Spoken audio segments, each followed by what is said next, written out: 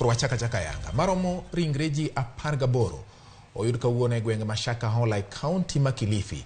Makoro kelo kwan ringre ma oseyudi nyaka 39 chakre nyocha obila chak nonro mar manyo joma diponi osetho kaluwore kod tweyo mane oketgi godo kod jadolo ma coach Paul Mackenzie. Kora mgajuang familia mar joma manyo wedegi magende giparo ni jadolo ma coach no wuondo.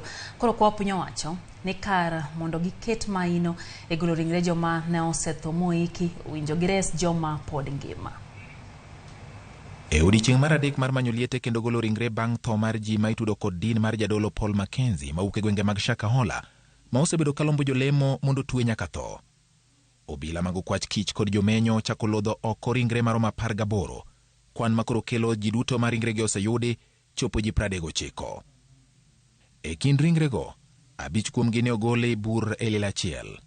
Jolony mag nonro kod okwach kich koro lieko ni dibed ni nitie kweth moro ma osebedo gi ting' mar nego jolemo mag dino kendo iko ringregi. And we also need psychosocial counseling. The scenes that are, being witnessed here are horrifying.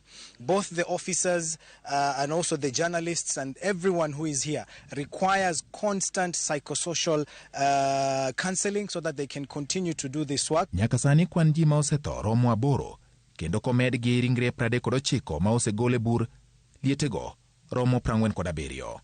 E bunguni ma Shakahola, jolony osefwenyo liel machielo ma ichich ni kod ringre mokalo achiel kendo nitie chenro mar kunyo odiechieng' makiny. E menyo ma kawuono ji mamoko 4 ne oresi ka ngimagi ni kamarach. Achiel kuomgi to kata kamano ne okwedo okang' mar reso ngimane ka owacho ni en kod riyo mar tweyo nyaka otho ka okoni mane yo ma oparo ni obiro dhi godo e pole onyalo yodia. Individuals who have been indoctrinated by this ideology are totally refusing to be rescued.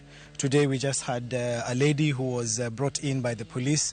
We tried to administer first aid, but he completely refused. You could see the body is weak, but he refused to open his mouth even as we were trying, to put some water on the lips and, a few sips of water. Moko kuom jogweng' kod ji ma oseng'eyo dinno mar jadolo Paul Mackenzie bende ogolo pachgi e wi midhiero no ka familia mopogore opogore mawuok Nairobi, Kitui kod gwenge mamoko mosedhi mondo manj jogegi Shakahola geno mar yudogi ka gingima medo duono. Nilikuja hapa jana kutafuta sister yangu na watoto wake wawili.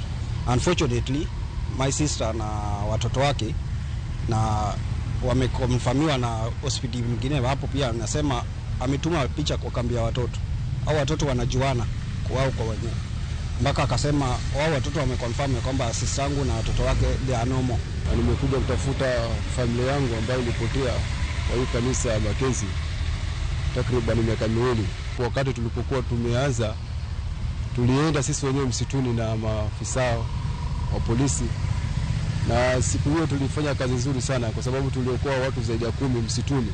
Lakini sasa jambo la kusikitisha kufikia sasa serikali ama maafisa wa polisi wametia sana uzito kutafuta maiti, kufukua maiti badala ya kutafuta wale watu ambao wako hai. Jotim nonro geno mar dhi nyime gi goyo tach e alwora mar bungu ma Shakahola ka gimedo manyo kapo ni nitie liete mamoko ma diponi ginyalo fwenyo.